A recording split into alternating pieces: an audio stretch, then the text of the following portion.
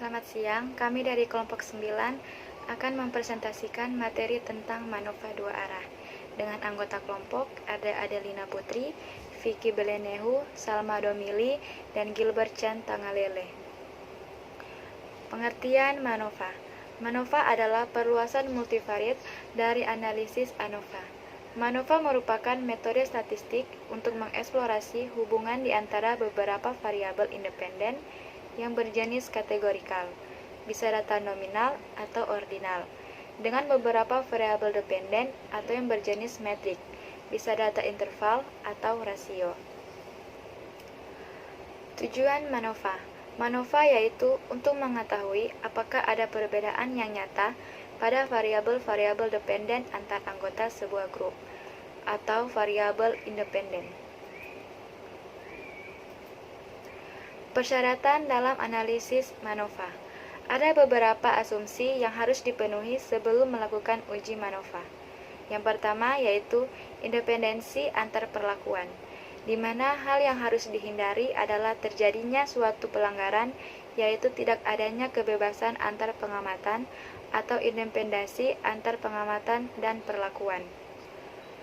Yang kedua, sebaran normalitas data. Tujuan dari uji normalitas adalah untuk mengetahui apakah distribusi satu unit data mengikuti atau mendekati distribusi normal. Data yang baik adalah data yang mempunyai pola seperti distribusi normal. Yang ketiga, homogenitas matriks varians kovarian, yaitu kesamaan matriks varians kovarians antar grup variabel dependen sehingga dapat dikatakan ada homoskedastisitas data. Namun, jika matriks kovarians antar grup variabel tidak sama, dapat dikatakan bahwa terjadi heteroskedastisitas. Dengan bantuan program SPSS, uji homogenitas matriks varians kovarians dapat dilakukan dengan uji box M. Model MANOVA dua arah. MANOVA dua arah yaitu melibatkan dua variabel independen. Konsekuensi menerapkan MANOVA dua arah adalah jumlah hipotesis jauh lebih banyak. MANOVA dua arah ini sering disebut dengan MANOVA multifaktor, seperti halnya analisis seragam peubah ganda satu arah. Analisis peubah ganda dua arah juga merupakan pengembangan lebih lanjut dari analisis seragam satu peubah dua arah, atau two-way ANOVA. Dengan rumus YIJK sama dengan mu K tambah tau IK tambah beta JK tambah epsilon IJK. Dengan I sama dengan 1, 2, 3, 4 sampai seterusnya dinamakan A, J 1, 2, 3 sampai seterusnya dinamakan B, dan K 1, 2, 3 sampai seterusnya dinamakan N. YIJK yaitu nilai pengamat atau respon tunggal dari ulangan ke J yang memperoleh perlakuan ke IJK. Sedangkan untuk mu K yaitu pengaruh dari perlakuan ke I terhadap respon ke K. Tau IJK yaitu nilai rata atau min dari kelompok ke J terhadap respon ke K. Beta JK merupakan kelompok ke J terhadap respon ke K. Epsilon IJK yaitu pengaruh galat yang timbul pada respon ke K dari kelompok ke J dan memperoleh perlakuan ke I. Uji signifikasi multivariat MANOVA.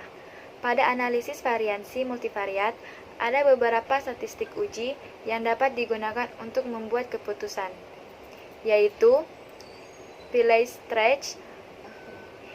Statistik uji ini paling cocok digunakan jika asumsi homogenitas matriks varians kovarians tidak dipenuhi, ukuran-ukuran sampel kecil, dan hasil-hasil dari pengujian bertentangan satu sama lain, yaitu jika ada beberapa vektor rata-rata yang berada sedang, yang lain tidak.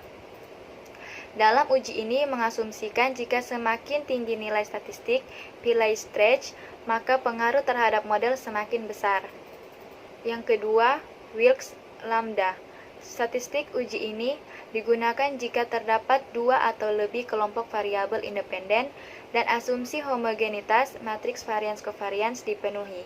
Semakin rendah nilai statistik Wilks lambda, pengaruh terhadap model semakin besar. Yang ketiga, Hotelling Stretch.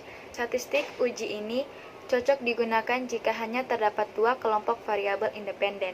Semakin tinggi nilai statistik Hotelling Stretch, pengaruh terhadap model semakin besar. Yang keempat, Royce-Legers Root. Statistika uji ini hanya digunakan jika asumsi homogenitas varians-covarians dipenuhi. Semakin tinggi nilai statistik Royce-Legers Root, pengaruh terhadap model semakin besar. Langkah-langkah uji MANOVA dua arah atau jalur. Hipotesis yang diuji dalam analisis MANOVA dua arah adalah H0 untuk setiap tau K sama dengan 0. Tidak terdapat pengaruh perlakuan terhadap respon yang diamati. H1 untuk setiap tau K tidak sama dengan 0. Paling sedikit terdapat pengaruh terhadap respon yang diamati. Menentukan taraf signifikasi. Pada contoh penerapan pengujian MANOVA 2 jalur, ini dapat dipilih taraf signifikasi alfa sebesar 5% atau 0,05. Statistika uji. Yang pertama, menggunakan statistika uji Wilks Lambda sebagai berikut. Menggunakan software SPSS. Selanjutnya akan dijelaskan oleh teman saya.